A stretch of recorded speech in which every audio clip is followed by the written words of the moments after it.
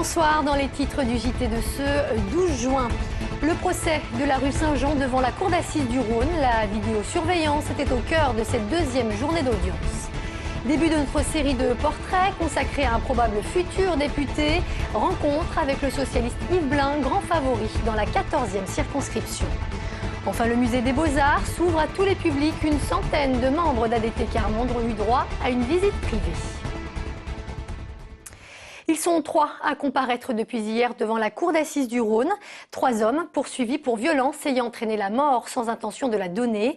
Les faits se sont déroulés en janvier 2011, rue Saint-Jean, dans le 5e arrondissement. Retour sur cette affaire avec Bertrand Frachon.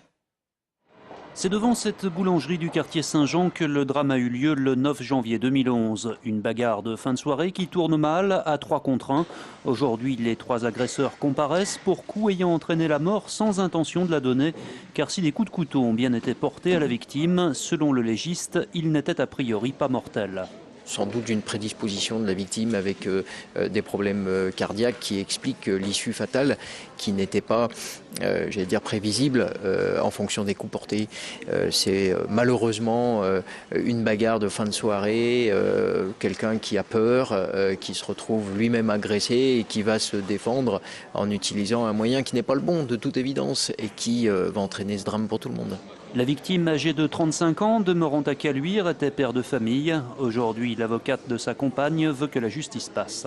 Vous avez des familles qui sont en grande souffrance. Aujourd'hui, nous voulons tout simplement que la vérité éclate, étant précisé qu'on vient nous dire les faits ont été requalifiés, les parties ne peuvent l'entendre. Aujourd'hui, il y a un mort, c'est pour lui que nous sommes là et elle souhaite être entendue là-dessus. L'affaire est jugée devant la cour d'assises jusqu'à vendredi. Justice toujours, cela fait plus d'un mois qu'elle est emprisonnée. Séville Mili, une étudiante lyonnaise d'origine turque, est retenue depuis le 10 mai dernier dans son pays d'origine, un pays où elle séjournait dans le cadre d'un échange universitaire. Arrêtée avec 5 autres personnes, elle est soupçonnée de soutenir un mouvement d'extrême gauche considéré là-bas comme terroriste. Sa famille se mobilise aujourd'hui pour obtenir sa libération, alors que son dossier vient tout juste d'être transféré au procureur d'Ankara. Elle a peut-être des sensibilités politiques de gauche, mais ce n'est pas une militante de première heure. Donc je me souviens d'elle comme une jeune fille épanouie, qui est très attachée à ses études, donc studieuse. Pour tous les membres de la famille, c'est une totale incompréhension. On est dans l'attente en fait d'une date de procès qui aura lieu en Ankara. La météo nous joue décidément de sacrés tours en cette mi-juin, alors que des orages sont encore annoncés pour la soirée. La foudre, elle, a hier frappé à plusieurs endroits de l'agglomération. Exemple à Brignais, où le toit d'une maison a été détruit en partie par les flammes. Heureusement, pas de victimes à déplorer, mais des occupants qui aujourd'hui sont encore sous le choc. Donc les pompiers sont arrivés une demi-heure après. Nous avions un Velux, le Velux a sauté, ça a tout explosé et puis là, les flammes se sont engouffrées, ça fait comme une cheminée, c'est parti en moins de temps. J'ai pas eu peur, vraiment, non, j'ai essayé dans l'action de faire quelque chose et puis après, bon, on a assisté. Puis le pire, c'est aujourd'hui. Ils voulaient imiter leur héros du dessin animé Madagascar. Voilà ce qui ressort des premiers éléments de l'enquête après la chute de 3 étages de 2 enfants à Saint-Symphorien-sur-Coise. Une fillette de 8 ans ainsi que son frère de 6 ans avaient en effet confectionné une corde de fortune pour descendre en rappel depuis leur balcon. Résultat, ils sont tombés de près de 10 mètres de haut. Les blessures semblent aujourd'hui quasi miraculeuses au vu de la chute. Selon les dernières informations, la jeune fille souffrirait d'une simple fracture du fémur et son frère d'une blessure légère à la tête. Législative, la campagne de l'entre-deux-tours a débuté. L'occasion de s'intéresser à ces candidats qui sont quasi assurés d'être élus ce dimanche. Parmi eux, nombreux sont ceux qui briguent un premier mandat. Exemple ce soir avec Yves Blein, le maire socialiste de Fézin, est arrivé très largement en tête au premier tour dans la 14e circonscription. Jean-Marc Roffa est allé à sa rencontre. Candidat du changement aux côtés de François Hollande, Yves Blein aura comme première mission d'effacer la personnalité d'André Gerin sur la 14e circonscription. Il a déjà réussi dès le premier tour à effacer la maire de Vénissieux, Michèle Picard. Il est donc en bon chemin.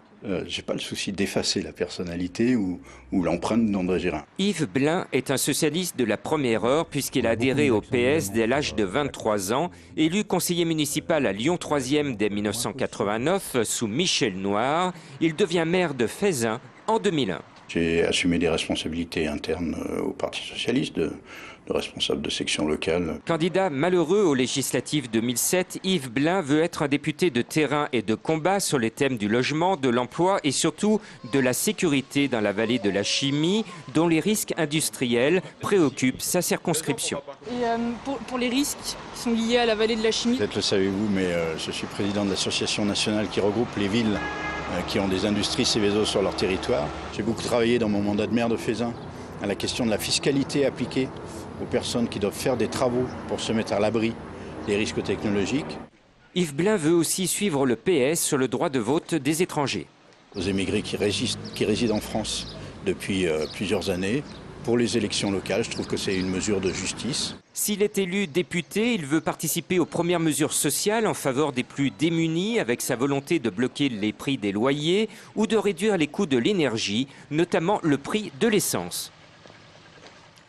L'autorité régionale de santé vient d'activer un dispositif de surveillance. La cible, le moustique tigre, repéré dans la région ces dernières semaines. Vecteur de la dengue et du chikungunya, les autorités sanitaires invitent donc les particuliers à adopter les bons gestes pour éviter la prolifération de ce moustique tigre. Éviter donc tout ce qui peut être petit stockage d'eau, parce que ce moustique aime beaucoup tout ce qui est des petits récipients, des petites flaques, donc, et la femelle vient pondre ses œufs à ce niveau-là. Et ensuite, donc, c'est ce qui pourrait permettre la propagation de ce moustique. Le moustique que nous avons en Rhône-Alpes, quand on peut le détecter, c'est un moustique qui n'est pas porteur, qui n'est pas infecté par la dengue ni par le chikungunya. Pour qu'il s'infecte, il faut qu'il pique une personne qui soit virémique. Les œuvres d'art, ils ont plutôt l'habitude de les observer dans les livres ou à la télé, mais cette fois, c'est en vrai qu'ils les ont contemplés. Une centaine de membres de l'association ADT Quart-Monde se sont rendus au Musée des Beaux-Arts, une initiative qui semble en plus avoir beaucoup séduit, comme a pu le constater Jasmine Sorg. Est-ce qu'on peut vous dire, de manière aussi évidente, elle, ce qu'elle ressent? Ça c'est pas ce qu'elle ressent, c'est votre... Pour Geneviève, comme pour d'autres, c'est la première fois qu'ils franchissent les portes d'un musée. Pour ces 135 personnes venues de différentes villes de la région, ce fut une expérience enrichissante. C'était joli, c'était beau, et puis on s'est exprimé. On a exprimé les tableaux. On n'est pas des gens habitués au musée, donc instinctivement. On dit ce qu'on est pour instinctivement. Et après, on s'exprime, mais c'est spontané, quoi. Pour un premier accès à la peinture, ADT Quart-Monde et le musée ont choisi la thématique des visages, l'idée étant de les faire réagir sur leurs ressentis devant leurs expressions. Pendant tout le long de la visite, l'idée est de construire le sens de l'œuvre ensemble, mais la porte d'entrée, c'est vraiment le visage, l'expression qui nous permet de comprendre le sens de l'œuvre, même si on n'a pas les codes justement de départ pour comprendre l'histoire. L'Université populaire Quart-Monde propose régulièrement des ateliers thématiques aux personnes en situation d'exclusion ou venant de quartiers défavorisés. Le mois dernier, c'était la culture avec l'étude en amont de 6 œuvres visitées ici, comme la Nativité ou les mangeurs de ricotta. Ça fait peur un musée. C'est payant, c'est loin, c'est chic, c'est grand, c'est pas évident de rentrer dans un musée. Par contre, l'accès à la culture, il n'y a aucune raison qu'elle soit refusée à des personnes en difficulté. Les visiteurs ont pu également participer à des ateliers de peinture et assister à un spectacle.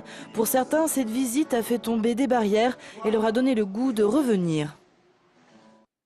Et c'est la fin de ce JT. Merci de nous avoir suivis. Passez une très bonne soirée sur TLM.